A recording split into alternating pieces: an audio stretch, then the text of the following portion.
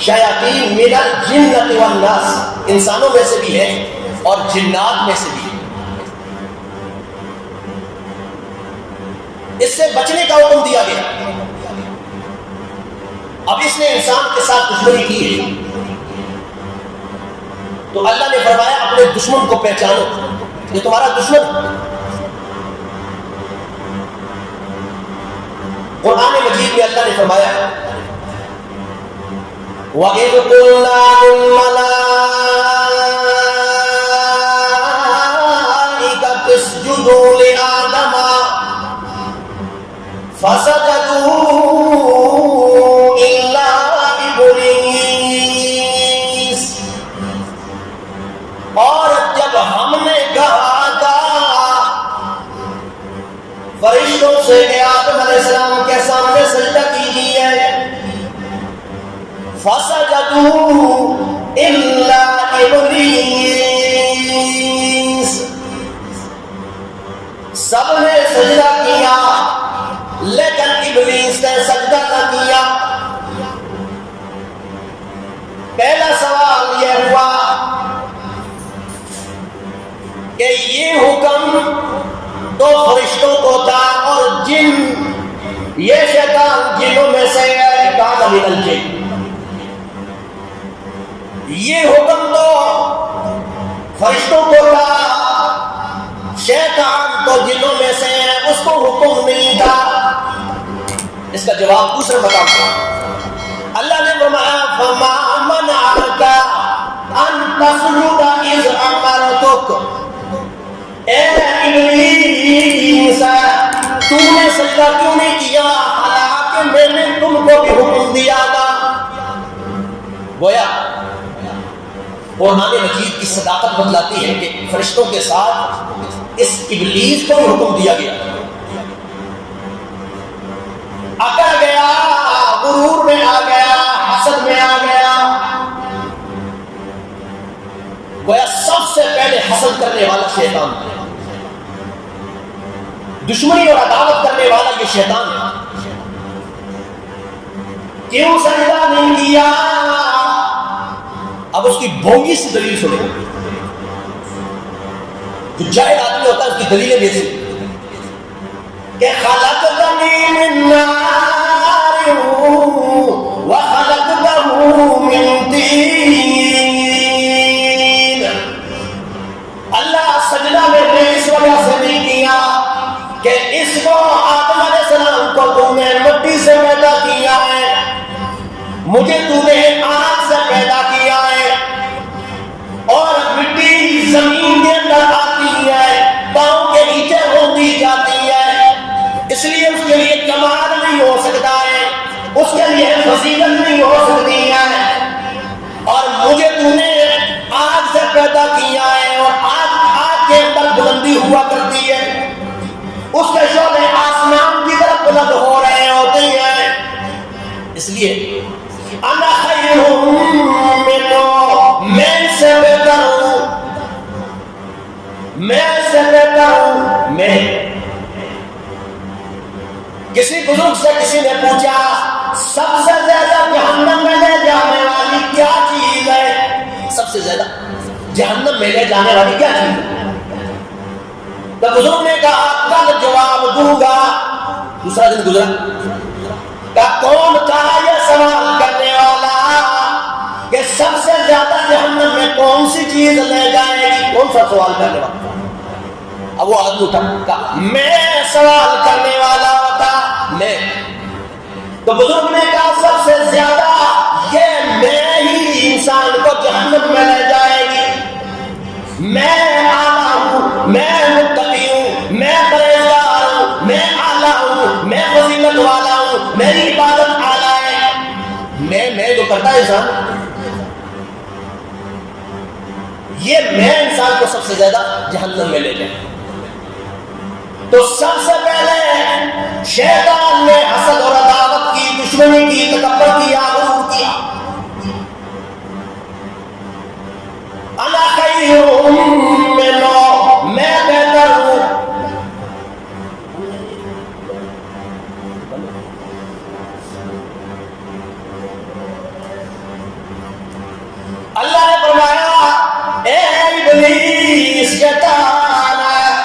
فخرج فإنك فاخرج منها فإنك رجيم. نکل جا یہاں سے ہٹ جا، یہ غرور کرنے والا، تکبر کرنے والا شیطان. فإنك رجيم، تو مردود ہے، تو دھتکارا ہوا ہے. رجیم، رجیم کہتے ہیں رجم سے، اس کو رجم کیا جاتا ہے. شادی شدہ مرد اور عورت، اگر شادی شدہ مرد اور عورت زنا کرتے پکڑے گئے تو اسلام کے روح میں اسے رجم کیا جاتا ہے. معاشرے میں ذلیل کوئی نہ. اللہ نے کہا فإنک رجیم، تو مردود ہے، تو دھتکارا ہوا ہے، تو ذلیل ہے، رسوا ہے، نکل جائے. دوسرے مقام پہ فرمایا فاخرج فإنک من الصاغرین، نکل جا یہاں سے، بڑی گھٹیا سوچ والا ہے، بڑی کم تر سوچ رکھنے والا ہے، اپنے آپ کو بہتر سمجھتا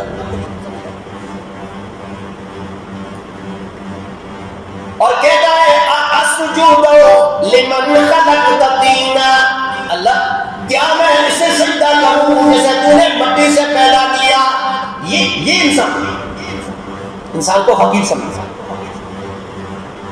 اور یہ کہا ارأیت ھذا الذی کرمت علی، یہ انسان ہے جسے تو نے فضیلت مجھ پہ دی ہے، مجھ پہ فضیلت دی ہے، اس کے سامنے سجدے کا حکم دیا ہے.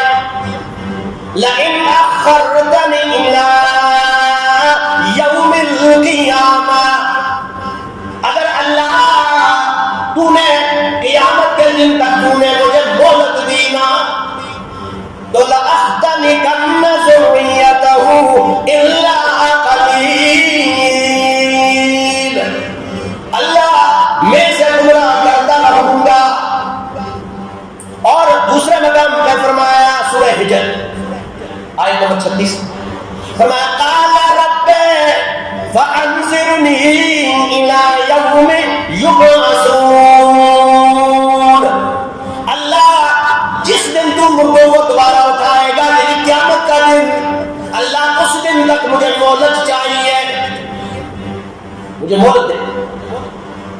مفسرین نے یہاں پہ ایک نکتہ لکھا ہے بڑا عجیب ہے، کہا دیکھیں اللہ رب الجلال جلال میں ہے کہ نکل جا یہاں سے، تو بڑی گھٹیا سوچ والا ہے، سارے اعمال تمہارے ضائع ہو گئے، تو مردود ہے، نکل جا یہاں سے. اب رب جلال میں، لیکن شیطان کو بھی پتا تھا نا کہ سب کی دعائیں قبول کرنے والی ذات اللہ کی ہے. ہاتھ باندھ کر کے کہے اللہ میرا تیرے ساتھ مقابلہ تو نہیں ہے، تیرے ساتھ مقابلہ نہیں کر سکتا ہوں اللہ، لیکن جس انسان کی خاطر تو نے مجھے ذلیل کر دیا، رسوا کر دیا، مردود کر دیا، اللہ قیامت تک مجھے مہلت چاہیے تاکہ اسے گمراہ کر سکوں. ہاتھ باندھ کر کہتا ہے اللہ مجھے مہلت چاہیے قیامت تک. اللہ نے فرمایا فإنک من المنظرین، ہاں تجھے مہلت ہے جا. وہ جلال نے بھی اللہ نے اس کی دعا کو قبول کر دی. اور مجھے تو مہلت میں سے مانگ رہا ہے، کرے گا کیا؟ کس لیے مہلت مانگ رہا ہے؟ آپ اس کا یہ دلیل سنیں. کہا اللہ فَبِمَا أَغْوَيْتَنِي لَأَقْعُدَنَّ لَهُمْ صِرَاطَكَ الْمُسْتَقِيمَ، اللہ اس انسان کے صراط مستقیم سیدھے راستے میں بیٹھوں گا.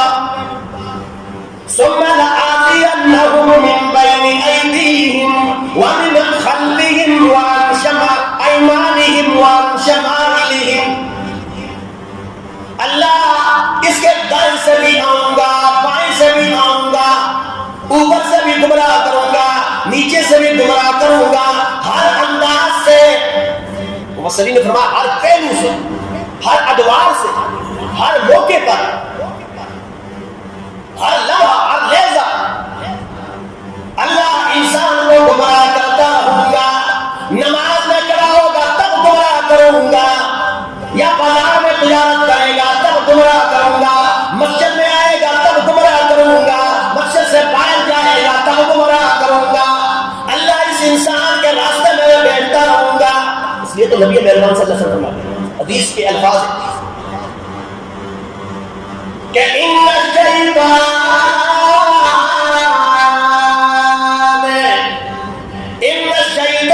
یجری من الانسان مجرى الدم، انسان کے جسم میں شیطان اس طرح حرکت کرتا ہے جس طرح انسان کے جسم میں خون حرکت کرتا ہے۔ خون، یہ تشبیہ خون سے دی ہے کہ خون بھی ہر موقع پہ پہنچ جاتا ہے ہر جگہ انسانی جسم میں۔ تو شیطان بھی ہر عمل میں انسان کا شریک بن جاتا ہے، کھاتا ہے، پیتا ہے، سوتا، جاگتا، اٹھتا، بیٹھنا، چلنا پھرنا، ہر انداز سے انسان کو گمراہ کرنے کی کوشش کرتا ہے۔ اور فرمایا وَلَا تَجِدُ أَكْثَرَهُمْ شَاكِرِينَ، اللہ اکثر لوگ دیکھیں گے اس میں شکر ادا کرنے والے نہیں ہوں گے، اکثروں کو تیرا شکر بنا دوں گا۔ اللہ اس انسان کو گمراہ کرتا ہے، یہ اس نے وعدہ کیا اللہ کے سامنے۔ اب یہ کتاب سچی کتاب ہے، لا ریب کتاب ہے، اور جو نقشہ انسان کو پیش کر رہی ہے وہ سچی ہے، سچ پہ مبنی ہے۔ اس سے پھر بھی شیطان کی اتباع ہو رہی، شیطان کا کہا مانا جا رہا۔ اب یہ شیطان بہکاتا ہے، اب یہ بہکانے کا، گمراہ کرنے کا مقصد کیا ہے؟ ایک تو یہ ہے کہ دشمنی ہے، کس انداز سے بہکاتا ہے؟ اللہ کریم نے فرمایا انما یرید الشیطان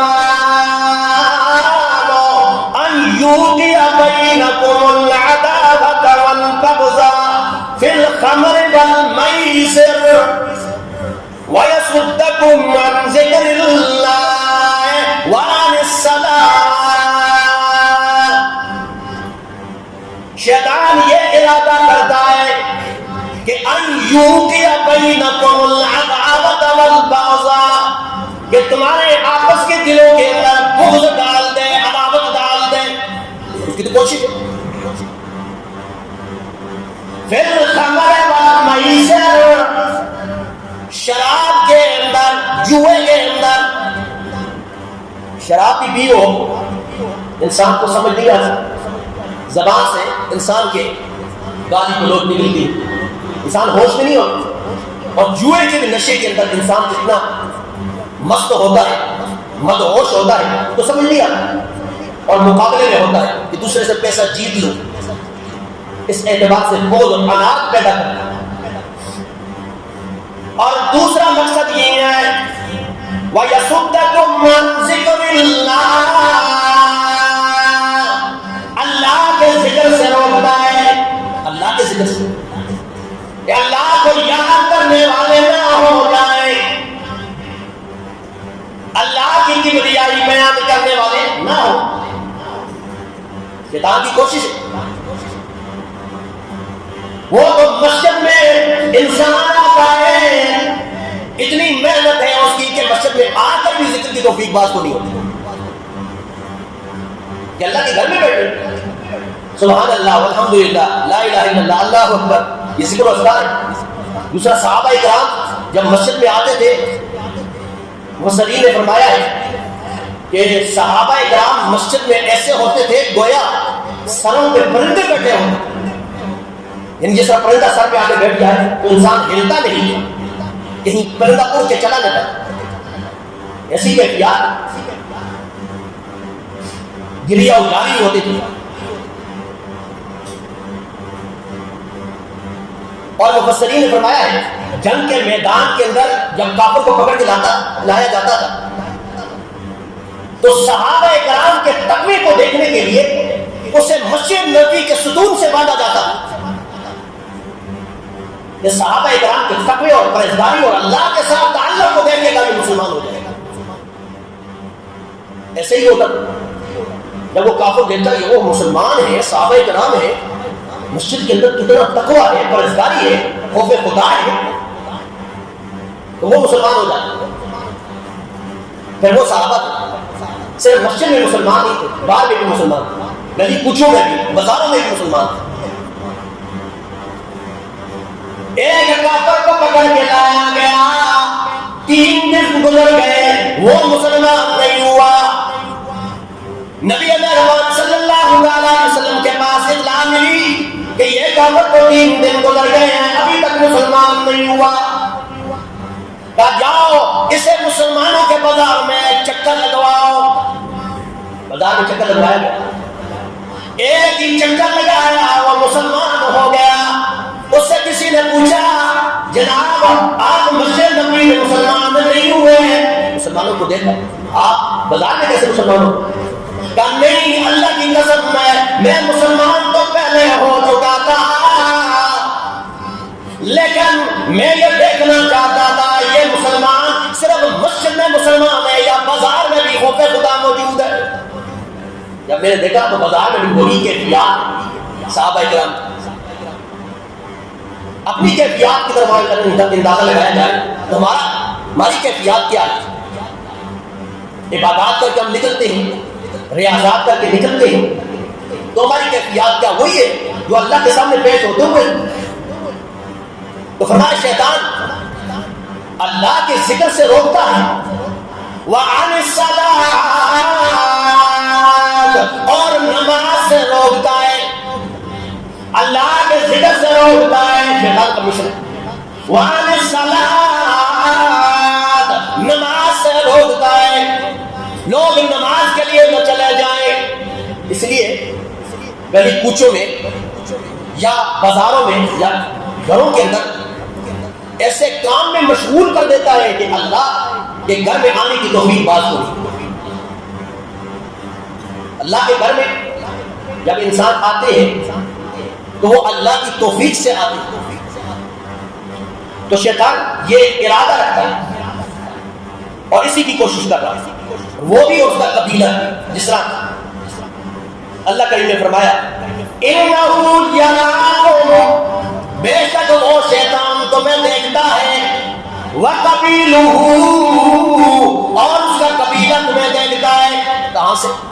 فرمایا مِنْ حَيْثُ لَا تَرَوْنَهُمْ وہاں سے دیکھتا ہے جہاں سے تم انہیں نہیں دیکھ سکتے.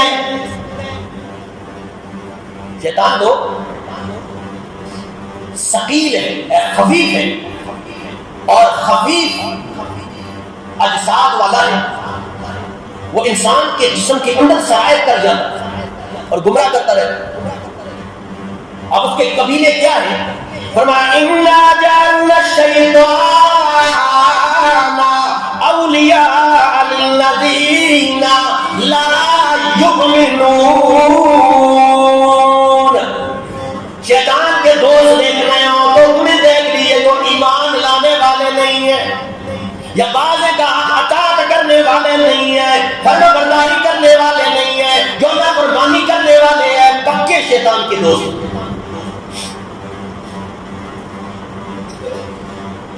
وہ گمراہ کرتا ہے انسان کو. شیطان ہر انداز سے، ہر پہلو سے انسان کو گمراہ کرتا ہے. جس طرح سورہ حشر میں فرمایا گیا کہ انسان سے مذاق کرتا ہے، تمسخر کرتا ہے، کیونکہ دشمن تو پہلے سے صرف انسان اپنے دشمن کو سمجھتا نہیں، اپنے دشمن کو پہچانتا نہیں. فرمایا کمثل الشیطان اذ قال للانسان اکفر. فرمایا شیطان کی مثال دیکھیے نا، جب شیطان محنت کرتا ہے انسان کو کفر پہ آمادہ کرتا ہے، نافرمانی پہ آمادہ کرتا ہے، انسان شیطان کی سن لیتا ہے. جب اتنا آگے چلا جاتا ہے اللہ کی نافرمانی میں کفر اور بدعات شرک میں اتنا آگے چلا جاتا ہے. اب وہ انسان سے مذاق کرتا ہے. فلما کفر، جب انسان کفر میں بہت آگے چلا جاتا ہے تو کہتا ہے انی بریء منک، میں تو تم سے بیزار ہوں، میں تم سے بیزار ہوں. انسان کا ساتھ چھوڑ دیتا. کیوں تم مجھ سے بیزار کیوں ہو؟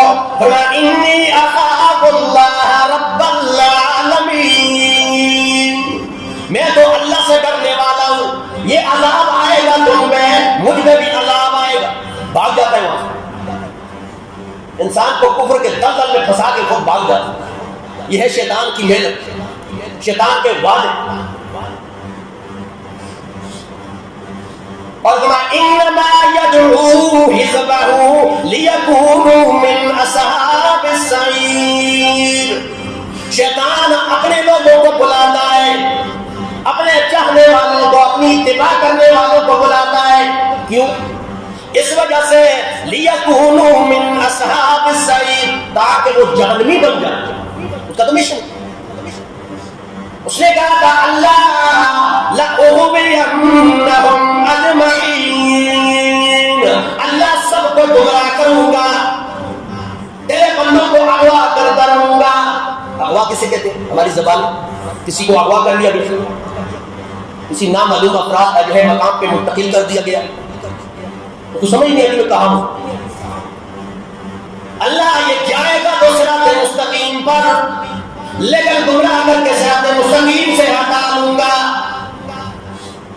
اور سمجھے گا میں صراط مستقیم پہ ہوں گی، لیکن ایمانی اعتبار سے شیطان گمراہ کر. اور مشن ہے کہ اللہ آج میں اکیلا لانتی ہوں، اللہ قیامت والے دن اس انسانیت میں اکثر اپنے ساتھ لے کر جہنم جاؤں گا.